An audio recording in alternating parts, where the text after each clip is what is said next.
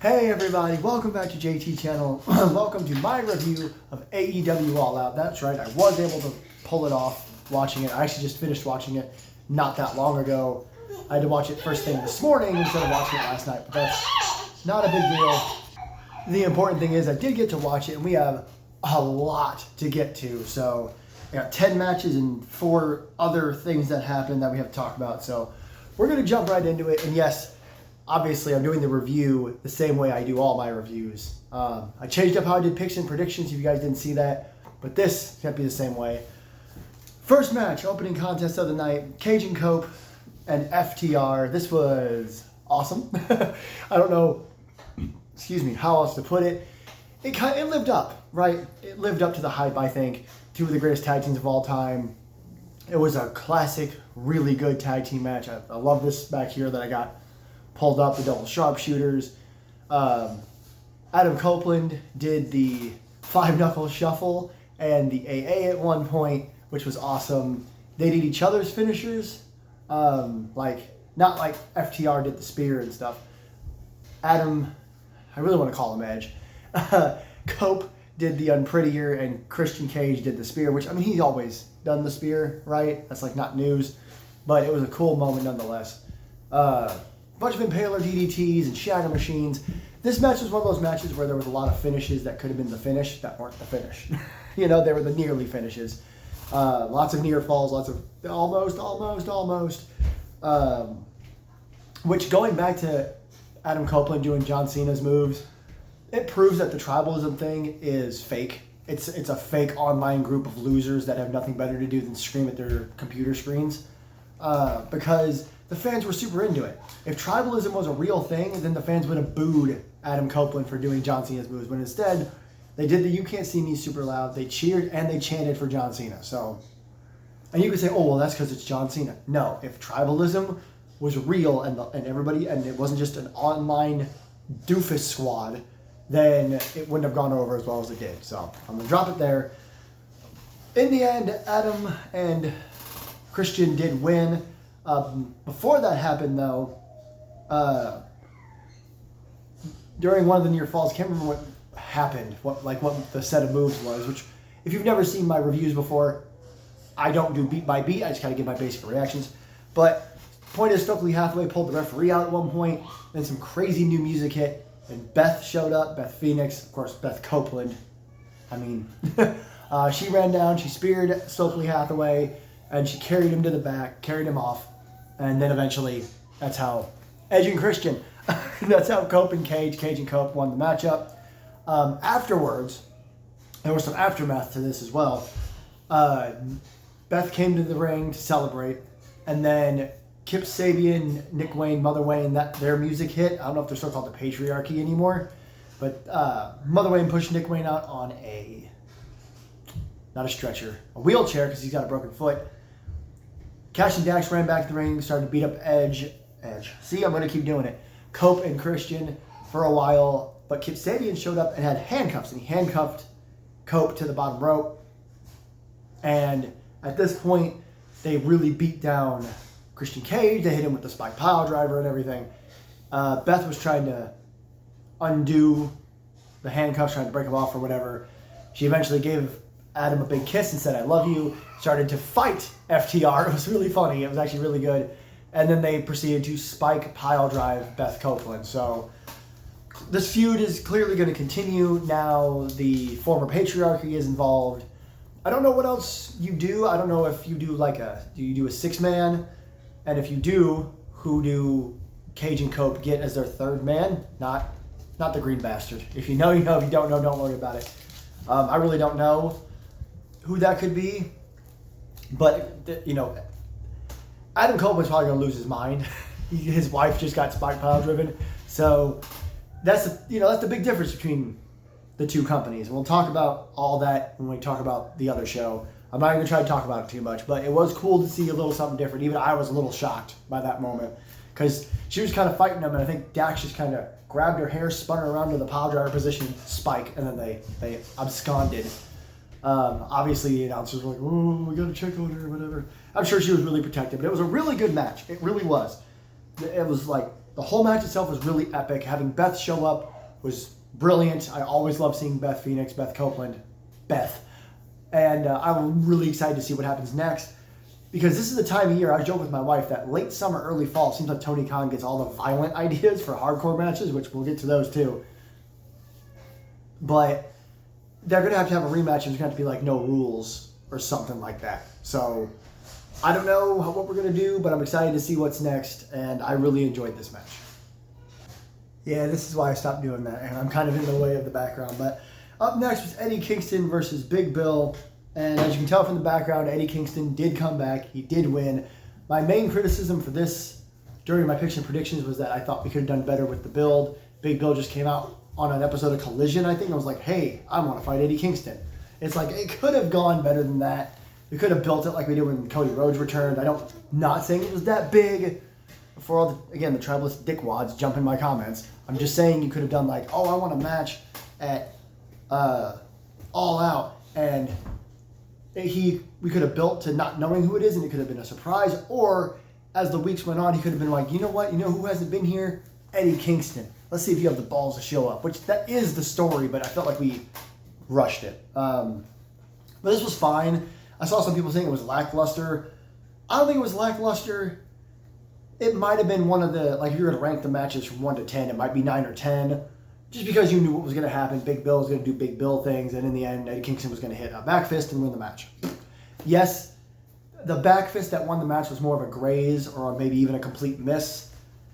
I agree that maybe he should have done it again, because he kind of missed it, and then he said something to Big Bill, who just kind of fell over. But he should have said, hey, let's do that again, pick up back fist 1, 2, 3. But whatever. Eddie Kingston wins. Afterwards, Brian Keith starts beating him up. And then Hook comes back again. Hook shows up, helps Eddie Kingston. They beat up Brian Keith a little bit. And it was interesting to say the least. I'm excited about this. I don't know if this is a permanent thing. Like, are Eddie Kingston and Hook a team now? Or is this like just a, hey, you needed help. We're both from New York, yada, yada, yada.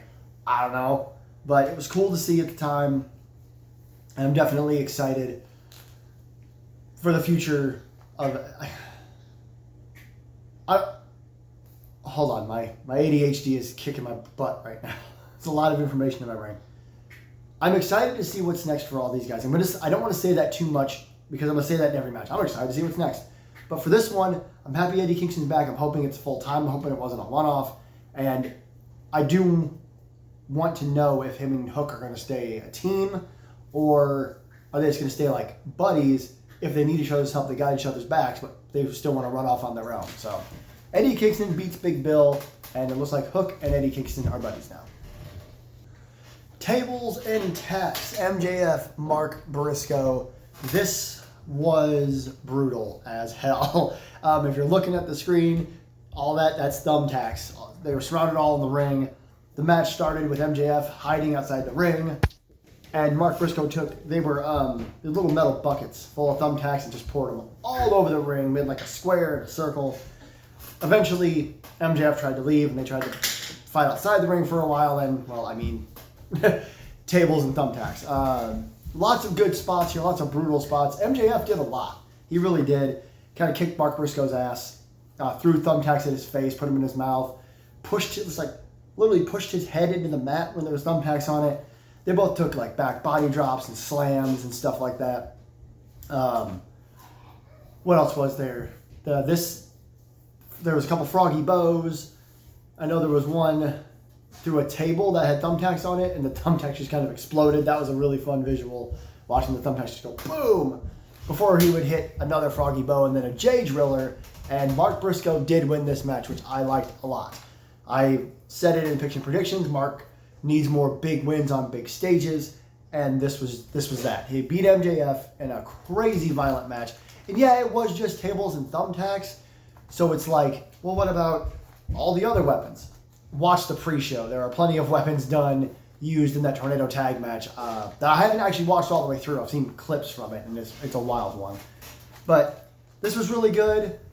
I'm excited about the fact that we'll talk about something a little bit later, that Mark Briscoe, he's already planning on moving ahead. So we'll have to see what's next for MJF as well. I've made my thoughts clear on it. I think that he should go back to the Hurt Syndicate. Like, we should see him go into their locker room, and then sometime in the near future, the Hurt Syndicate should show up, beat up Adam Page, and then MJF should cash in his contract. But for now, Mark Briscoe beats MJF in a wild tables and tacks match.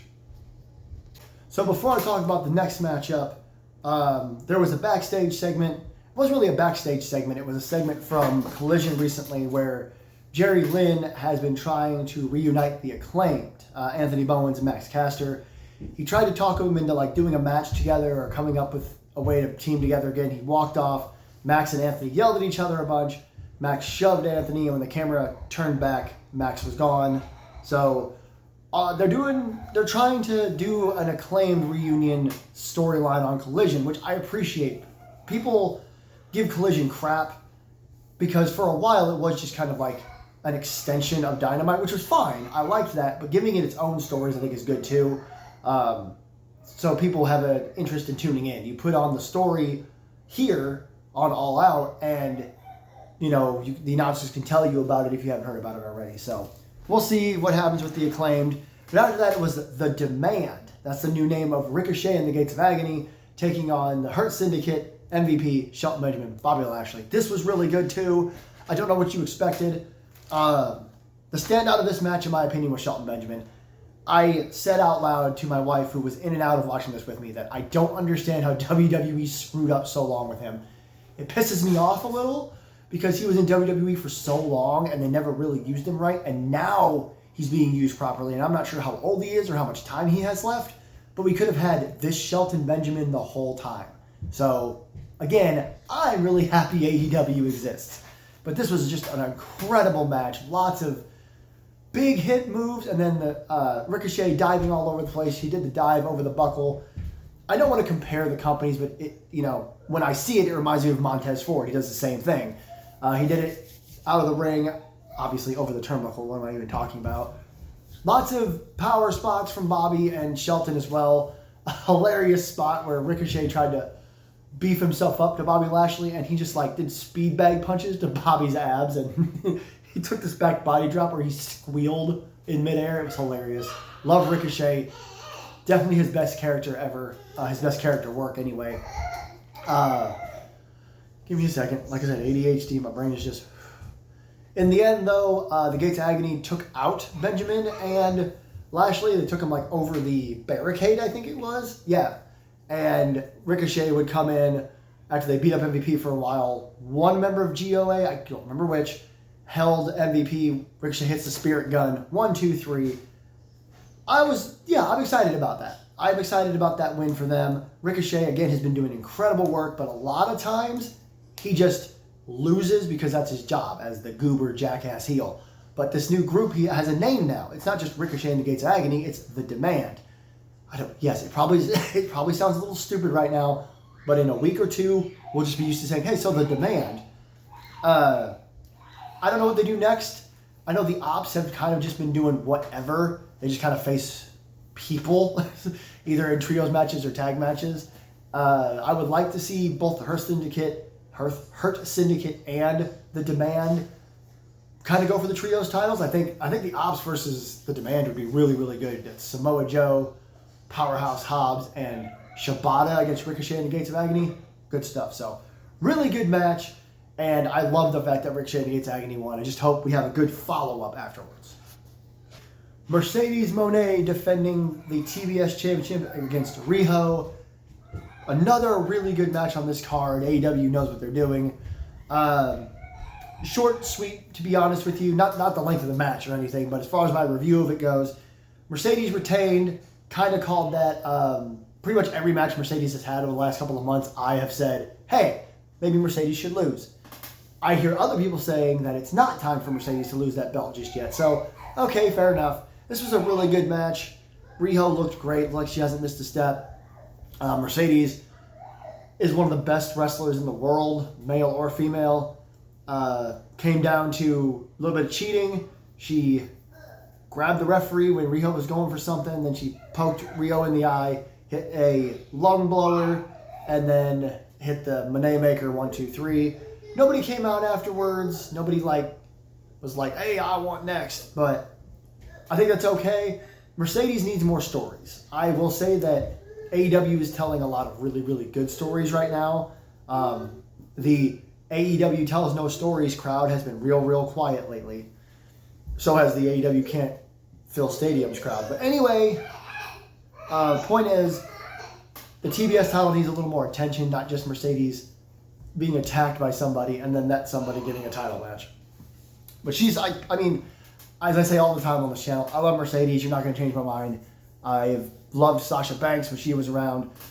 She's doing great work, and I'm excited. See, I knew I was going to say it too much. I am excited to see what's next for her because I think up next is Wrestle Dream, and it's called that for a reason. They try to put a couple of dream matches on there. I couldn't tell you who I have in mind because I don't have anyone in mind, which again might be a slight on AEW, not me or anybody else. So hopefully they have a good plan for her. They need a good story for the TBS title. Someone needs to come out and be like, I want that TBS title. Like, make it about the title, not Mercedes. Like, personal feuds are fine, but I feel like the TBS title is only on the line because she is the champion. And she's like, hey, this person jumped me because I was jumping someone else. I want to fight him and put my belt on the line. Doesn't work. So let's do better by Mercedes, but she is still your TBS champion. Triple threat action was followed. It was the Unified Championship. I don't know what was followed means. That was terrible English. The Unified title on the line, Kazuchika Okada, Konosuke Takeshita, sorry, I had like a weird burp, and Mascara Dorada, who I'm not trying to leave out of this frame. It's just I made it very clear during my picks and predictions. This is the match I wanted. Dorada was really good during this match. He was fantastic, lots of awesome moves. There was a top rope double Hurricane Rana. They were both on the top, and he just kind of jumped up and whee! Lots of great spots. I think he did a Destroyer at one point, which you don't see a whole lot in AEW anymore, which is a good thing. A lot of people were sick of the Destroyer in AEW, and then they started to slow down on it, and now Penta's in WWE, and you see some there. You see like Dom do it, Penta do it, and that's cool. That's awesome. And then here, we saw one for the first time in a while from Dorada. There was a lot of tombstones on this show. Like, a lot of tombstone pile drivers on this show. But I digress. It was really, really good. Every time these two wrestled was just immaculate, to be honest with you. In the end, it was Okada hitting a Rainmaker on Dorada to get to 1, 2, 3. And I just don't know where we go from here. I assume it feels like we're heading towards a Takeshita face turn where he leaves the Don Callis family because he's sick of Okada stuff, and we get the singles match maybe at Wrestle Dream. That would be fantastic. I wouldn't mind that at all. And I'd probably give the title to Takeshita. So that's just my thoughts on it. Again, epic match. Probably up to this point, I'm looking back now. At this point in the show, this was probably the match of the night as far as pure pro wrestling goes. These three were just incredible together. And again, I wouldn't waste any more time on the singles match. The next show is called Wrestle Dream, for God's sake. Put it Okada Takeshita. But for now, Okada did retain the Unified Championship. Up next was the match that I was probably most excited for. Two of my favorite wrestlers in AEW. One of my favorite wrestlers in the entire world. Jon Moxley versus Darby Allin in a coffin match. This was brutal. This was brutal, bloody, violent, intense. They just beat the hell out of each other. Darby Allin got a pipe at one point. There was a fork. Moxley's ear was bleeding. It basically was sold as if Darby Allin had hit the earlobe off. It was just, blah. I hate to just say that, but for those of you who watched Forbidden Door, you know what they did there, so this was always going to be escalate. I mean, if I move my head just enough to see there's a blood spot in the casket, coffin. At one point, the reason that's there is because Jon Moxley was standing the coffin up for some reason. I mean, it was to take a dive from Darby Allin, but he was standing it up, and that's what happened. And the coffin just fell over, and you can see the door, the lid of that one kind of busted, so it wasn't very even. But it worked, lots of more weapon spots. There was a paradigm shift on I think on that one or the one outside. There were two coffins, and so there was a paradigm shift on one of them. At one point, the entire Death Riders came out, and you could see Bryan Danielson at the announce table kind of wanting to get involved, but he promised Darby he wouldn't, no matter what. Then John told the Death Riders to leave. Everybody, including Marina Shafir. He's like, I got this. Don't worry about it. It's all me. In the end, there was a cool spot where Darby had taken out Moxley, and Bryan Danielson reached under the announce table and grabbed a little bag that AEW, just kind of tossed it to the side. I was like, gee, I wonder what that's doing there. Oh, man. He didn't say that, but the look on his face was like, oh, man. It'd be really unfortunate if Darby Allin grabbed this little AEW bag, and inside of it was a plastic bag, which is so silly for multiple reasons. One, why did you put a plastic bag in a regular bag? I know, it's for the reveal. And two, that meant Darby Allin tried to kill Jon Moxley, which, again, is fair considering Jon Moxley tried to kill everybody. So he did the bag over the head. He started stomping on Mox. It was really good stuff. And then Pac returned. I don't remember the last time we saw Pac. He seems to get injured at the worst times. He boots Darby into next summer, puts him in a body bag, throws him in the coffin, and then Moxley closes the lid. Backtrack, before he does that, he does like a shoulder bomb. He has him up on his shoulder, out of the ring onto the other coffin. It looked and sounded insane. But yeah, into a body bag, into the coffin. Moxley kicks the door closed after Pac did all the hard work. Jon Moxley wins the coffin match. Kind of saw that coming. I don't know why. It just felt like Jon was going to win. Really good stuff from these two, obviously. Then all the Death Riders came out and they carried the coffin, kind of like you do when someone's actually dead. I thought that was a nice touch.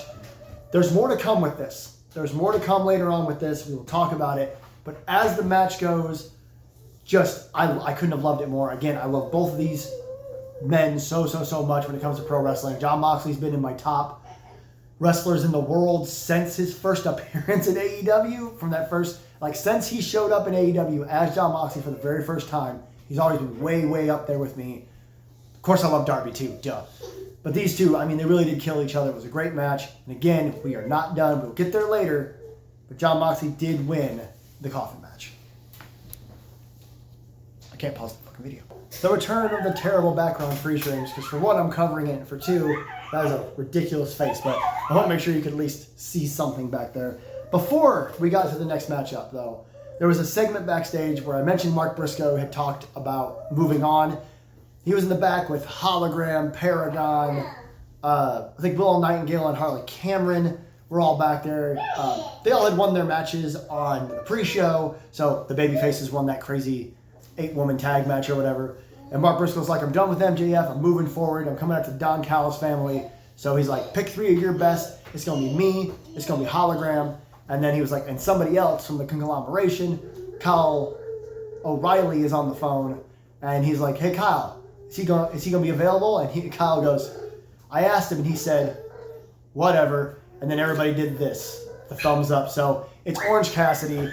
And they keep calling, as they talked about Dynamite, they kept saying, and a mystery partner, but even the announcers were like, is it going to be him? Is he going to be there? So I just thought that was cool. Orange Cassidy's going to come back. We had Pat come back. We had Eddie Kingston come back. Pac's about to come back. All fantastic stuff. I love it. Pac did come back. Orange Cassidy. I think all these guys went away for a while because of injury. Seeing all of them come back right after Swerve, Ospreay, and Omega left. I'm not saying that Cassidy, Kingston, and Pac are equals to those three, but it's definitely nice to see them all come back from injury. Then it was the 4-way Women's World Championship match. Now, I had said that I had picked Tekla, because I loved how she works, and I had predicted Toni Storm. If you've been paying attention to your screens, that's not either one of them. That is Chris Statlander in the most surprising moment of the night. I don't want to call it an upset, but how the match ended, it kind of was an upset. I don't know if I got this over during my predictions very well. I'll have to go back and rewatch the video. But I love all 4 of these women. They're probably my 4 favorite women wrestlers on the whole AEW roster. That being Toni Storm, Chris Statlander, Tekla, and Jamie Hayter. This was a really good match. You never knew what was going to happen next. Lots of, pinfall breakups and big moves and dives and this and that. Wheeler Yuta showed up at the beginning to hype up Chris Statlander because they're trying to get her in the Death Riders.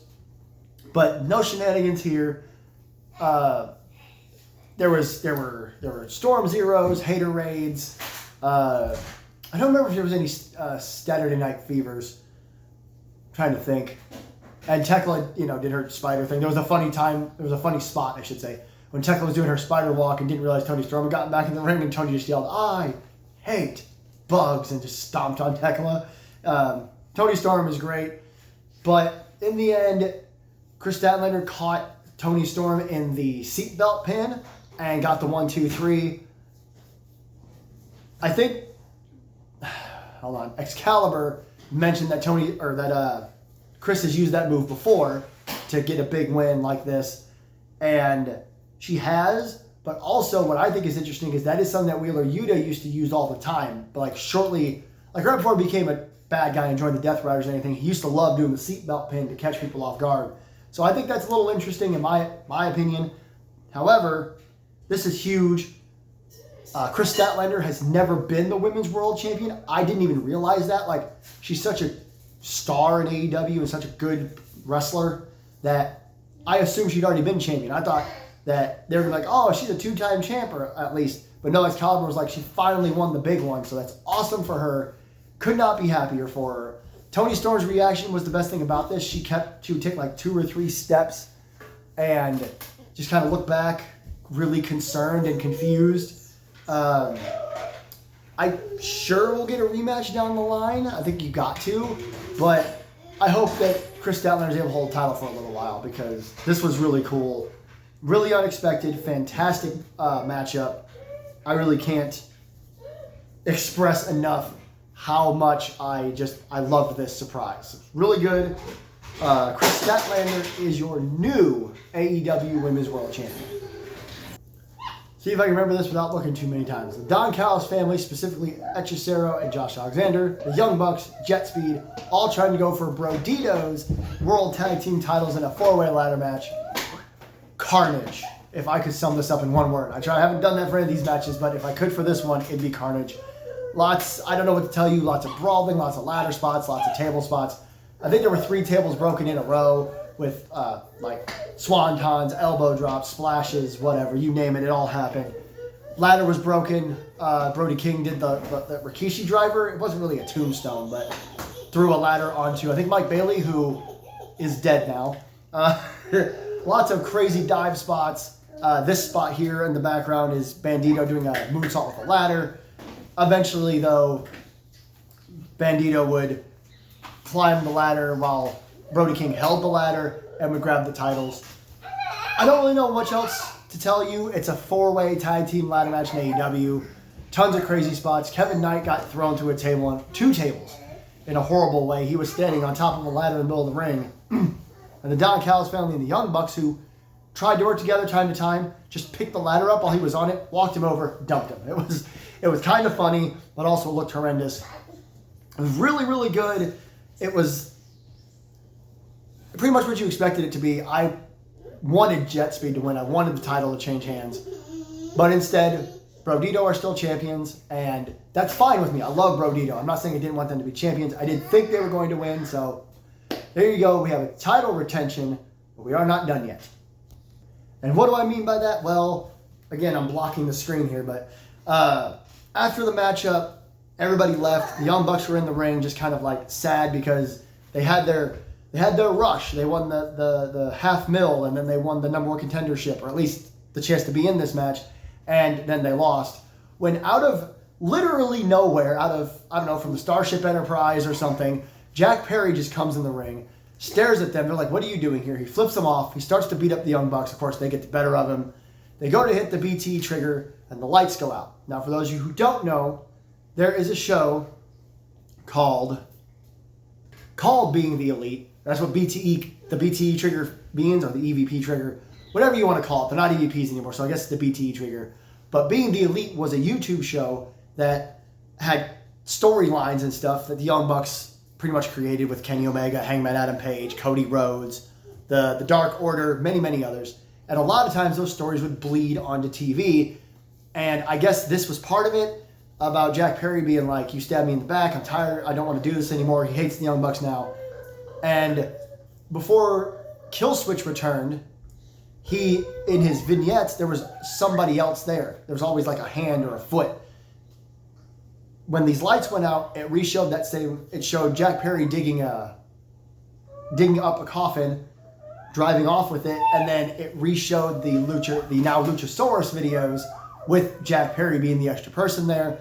Lights came back up. He's still wearing the kill switch belt. He choke slams the Young Bucks, takes the kill switch belt off, throws it in the crowd. They hug, and then while this was kind of spoiled for me, like I saw that Luchasaurus had reunited with Jack Perry, I did not know that right after they hugged, they played Jungle Boy's old theme song, the OG Jungle Boy Jurassic Express theme. I lost my mind. I even teared up a little bit. This was really cool. I don't know, like, in what guise or what level they're back at. Like, clearly Jurassic Express is reunited. That's super cool. The crowd was doing the wave and everything to his old song. Again, I don't want to get deep in this argument, but the AEW can't sell out arenas crowd is really, really quiet right now because, good Lord, were these, 15,000 people or more losing their minds for Jungle Boy. But I really do hope that this leads to a match between the two, Young Bucks versus Jurassic Express, and that we can keep building that tag division as well. Because the AEW tag team division is fantastic. I said I wouldn't waste time doing the Takeshita Okada match. I would push Jurassic Express right back into the tag team title scene. You don't want to take the titles off of Brodito, but imagine that match. Brodito and the Jurassic Express would be fantastic. So the Jurassic Express is reunited, Jack Perry is back, and Killswitch is now back to Luchasaurus. All that happened in one match, basically. So really, really good stuff. The most unhinged thing you will see in a long time happened next, because before we got to our main event, as Excalibur was running us down, he got a little notice in his ear that we had to cut to the back, and Jon Moxley and the Death Riders were with the casket with Darby Allin in it, and John was talking his shit. He told Death Riders to get out of there. They left like they used to leave back in the day. Marina and Pac and probably, I didn't see Yuta, but I assume Yuta, all got in the pickup of a pickup truck, and everybody else got in the truck and drove off. They drove away. Moxley went to go do something with Darby. The casket opened. Darby still had that lead pipe from earlier. He hit John right in the throat. Beats up Jon Moxley a little bit, puts him in the body bag, goes to he leaves his head out of the body bag, and he goes to crush Jon Moxley's skull, has a better idea, grabs some sort of flammable, I don't know, paint or something, I guess it is, because it does leave a dark, I don't know what it is, flammable spray, and a little grill torch, sprays the body bag with it, and then lights it on fire, and then continues to spray. As you can see from the thumbnail in the back, it's an unhinged image of Darby Allin setting Jon Moxley on fire. So, I don't even have words. I'm assuming, looking at the color of this, when I went back to make these clips in the background, the color of the body bag is a very green color, and I'm like, why is it green? All the body bags Darby Allin has used have been black, like body bags are supposed to be. It's probably a flame retardant material, or at least a kind of material that a stuntman would wear, where you could set it on fire, but the stuntman's completely fine. That's why Jon Moxley's head was left out. You get it. But it doesn't change the fact that Darby Allin tried to set Jon Moxley on fire. And, successfully. Not the first time. Speaking of Jack Perry, if you guys remember that match from that last year or so, the year and a half ago, that they had the Anarchy in the arena, maybe it was 2 years now, where Darby Allin just came out with a flamethrower and set Jack Perry on fire. Darby Allin likes fire. I love this. I laughed. I thought it was great. I told myself that I feel like we're heading to another match between these two. We still haven't done Blood and Guts this year. I don't know if we're going to do Blood and Guts this year. You don't have to. You would just do an unsanctioned match between these two. I think it's what you should do. We haven't done a proper lights out match in a while. AEW realized that they were doing too many of these hardcore violent matches.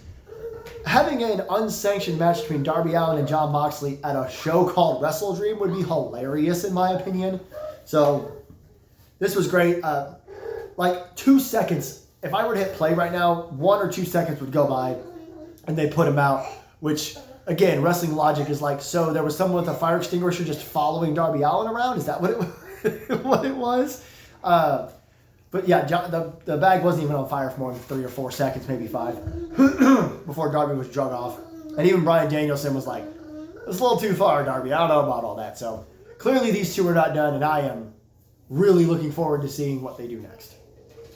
I wanted to use this background because both men are down, and I cannot tell you how long this match had gone by this point. Hangman Adam Page and Kyle Fletcher for the AEW World Heavyweight Championship. This was so much better than anybody could have possibly expected. And it sounds wrong when I say that because I know how good Kyle Fletcher is, right? When he was still with the United Empire with Mark Davis and Will Ospreay, you knew how good all three of them were. Yes, Will Ospreay was the standout, but you knew Mark Davis and Kyle Fletcher were really, really, really good. Ever since he's broken out and been on his own, Kyle Fletcher that is, he has just gotten better, and better. And clearly, he is a main eventer. This match has cemented him as a main eventer. It went on for a while. I think it was over 30 minutes long, maybe 40. And it had everything you could want from a World Heavyweight Championship match. There were so many near falls. I didn't believe, I said this before, that the issue with All Out, I said there was an issue with this show and with the other show.